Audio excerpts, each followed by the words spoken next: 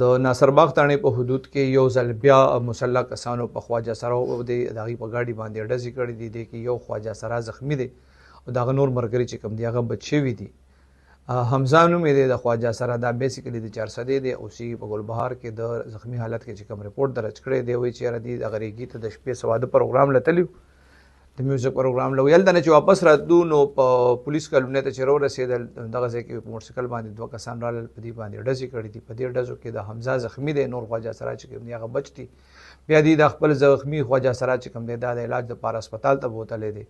پولیس وایي دی خواجه سرا د 2 کسانو خلاف FIR درج کړی دی او داویداري کړې ده. پولیس وایي د هغې ګرفتارۍ لپاره دې تلاش شروع کړی دی.